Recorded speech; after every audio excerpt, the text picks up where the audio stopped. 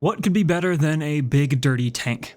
Well, most guard players would probably say 2,000 points worth of big dirty tanks, but hey, we gotta start somewhere. A couple weeks ago, I showed you all how I kid bashed this Krieg themed ROGAL DORN, trying to fix some of my problems with the design and come up with something that fit my army's theme a little bit better than the base kit. But kid bashing is only half the battle, even if it is my favorite half. So, welcome to Gone Hollow Minis. My name is Colt, and today we are giving my ROGAL DORN a paint job worthy of Krieg itself.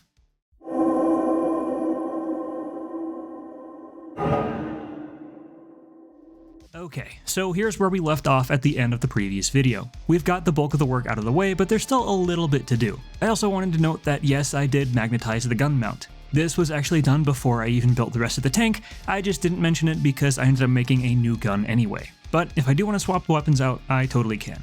But before we get to slapping paint onto our tank, we still have a couple steps to do. I want this thing to be dirty. Rusty, grungy, war-weathered, mud-slathered, whole 9 yards, the truest image of the Krieg experience. And to do that, we're going to need a few different layers of texturing and weathering. See, before I even got into miniature painting, I spent a lot of my hobby hours making cosplay. Like miniature painting, but not miniature, I guess. And in all of that time spent on all of these props and cosplays, my favorite step was always the weathering. It's the part of the process that really makes the piece come to life and sets it into a scene. My experience with weathering techniques in the props and cosplay world has probably colored my approach to it in miniature painting just a little bit, but I still think I've come up with a process that works pretty well. The first thing to tackle on our tank is the dozer blade. I want this to be piled with mud and debris so that it really looks like this thing's been shoving its way through earthworks and entrenchments. Just using texture paste here wouldn't be enough for me, so we're going to start building up our muck using DOS clay. This is an air drying clay that's easy to find, in the US at least, and works well for applications that would be a little bit too pricey to do with green stuff. All I'm doing here is plucking out little bits of clay and stuffing it between the forks of the dozer blade, working it up the plow until I've got a decent bit of mud built up. Most of this will be covered by rubble and texture paste later, so it doesn't have to be perfect. But I do go back through and make sure to texturize it a little bit more with a bit of crumpled aluminum foil.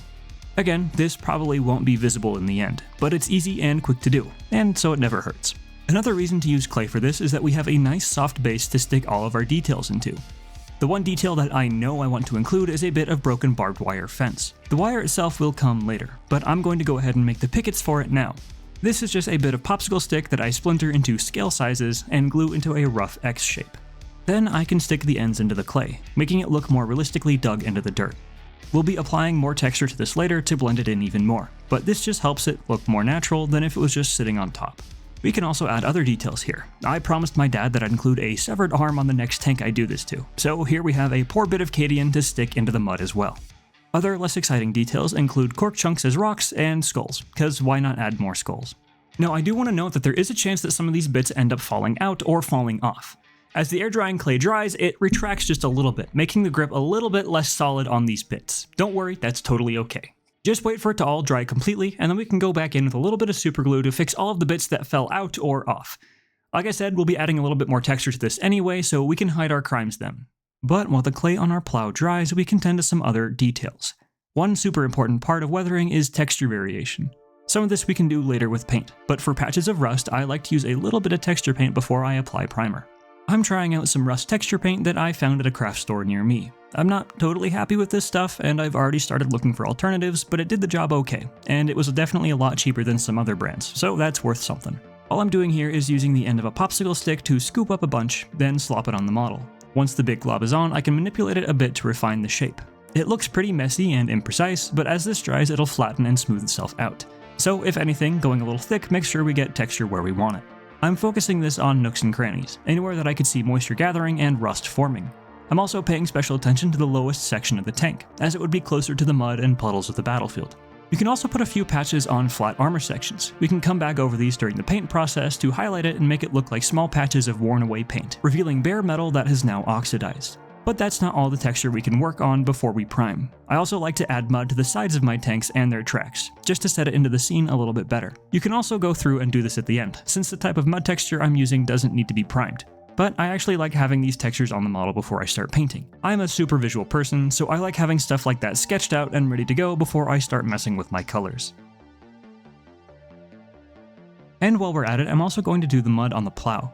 Here, I'm not just using texture paste. I'm also using a bit of PVA and sand, some CA glue and baking soda, and some texture paste to get some nice variety in my muck.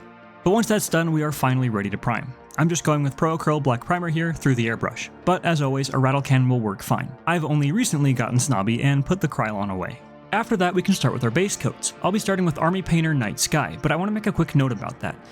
We'll be doing some oil washes and stuff a little bit later, and I have noticed that Army Painter Fanatic paints can be extremely fragile when it comes to techniques like that. Even after varnishing, I've had a ton of models where all the Army Painter paint just comes right off with the oil wash. So just make sure to use a lot of matte varnish in between each step if you really want it. Night Sky gets applied all over the model as a base coat. Don't worry about hitting details, most of the tank will end up being this blue color anyway. As always, you could absolutely do this by hand with a regular brush, but perhaps it could also be a sign to jump in on learning the airbrush. Once that's on, we'll do a bit of shading. This is Pro Acryl Black Blue, and I'll be applying this to the lower sections of my armor panels and some of the recesses. A lot of these sections will end up being the most muddy, so don't worry about being totally precise here. Just block in these shadow colors straight over the texture we've already applied. Once that's on, we'll do a little bit of highlighting to match. This is Army Painter Night Sky mixed with a bit of Runic Cobalt. This gives us a nice slightly paler blue that'll look great on our higher edges and surfaces. Now we can get to base coating some of our other big color blocks. In particular, I'm hitting the metallics on the trim elements, gun barrels, and other details. This first pass is just to get colors blocked out before the aforementioned oil wash. One particular detail I want to mention are the color blocks at the front of the tank. I'm still putting together the Cadian markings, but as for Krieg, I do know that these are company colors. I know I see a question about this at least once a month, so if you want more info, check out my Krieg TOEs and transfers video for the full explanation. Now a matte varnish. A couple layers at least. Like I said, I've had a ton of issues with Army Painter paints being fragile, even after the allotted curing time. I really don't want to have to go back and redo this whole tank, so I'm going to play it safe with a few all-over coats before letting it dry overnight. In the morning, it's time to get messy. I'm going to start with the oil wash, just rip the band-aid off. I love how these look, but man are they nerve-wracking. I'm using some cheap ivory black oil paint that I got in a massive pack from a craft store. I've seen some variation on what color ivory black actually is, between a more blue-black and a dingier dark brownish color, and this tube leans more on the dingy side. If yours doesn't, feel free to add just a tiny bit of brown. We want grungy, not just dark. Now we want to thin this with white spirit so it's a nice wash consistency that'll settle into our recesses. Once it's there, we can slap this gunk all over our tank. This is why this part is nerve-wracking to me. This will emulate a nice layer of overall grunge that's accumulated on our tank. It'll darken our base coats and settle into the crevices and recesses, giving our tank a really nice grungy vibe. Once it's on, give it 15 or 20 minutes to dry but not totally cure. Then we can go back in with some white spirit and a paintbrush or Q-tip to start removing some of this from our armor panels. There are hundreds of creators more qualified than I to show you the ins and outs of reductive painting, but I'll do my best to at least give you the basics. The most important thing here is to apply almost no pressure while you're removing your oils. If you're using a Q-tip, as is typically recommended, just make sure the tip is moist with white spirit, then roll, don't rub, the tip over the surface. The white spirit will do the work here, automatically reactivating and removing the oil paint. I've done this more than a few times, so I actually like to use a brush instead. It gives me a little bit more control over how I manipulate the wash. I can drag it into the deeper recesses, leave it on flat areas I want extra dirty, things like that. It is a little bit more aggressive of a technique though, so maybe give it some practice before trying it on your model. But once we've got our wash where we want it, we need to let this sit and dry completely. There's still a little more painting to do, but it's gotta be nice and dry before we move on. Once it is, we can start working some of our highlights back in. Unlike last time, I'm not gonna be doing this with an airbrush. Instead, I'm going to be taking the same Night Sky and Runic Cobalt mix, thinning it down a bit, and applying it with a sponge. This will reestablish our brighter highlights while keeping the weathered, textured look we're shooting for. Following that, we can take a tour over our model to pick out some of the details that got a little bit too dulled down by our oil wash. Don't sweat it, it happens. The trim is easy to highlight back up. This was a base coat of rough iron, and I can highlight it with just a little bit of light bronze mixed back into that base. I can also do the mud now too. I like to start with burgundy brown using a sponge again, so that any misplaced paint adds to the texture and muddy look. Then I go back in with chocolate brown to sponge some highlights onto the larger and more upwards facing clumps.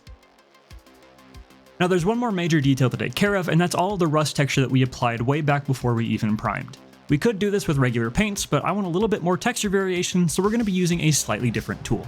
These are pigment palettes. You can get this stuff in just bottles, but hey, this is what my craft store had, so here we are. It'll be fine.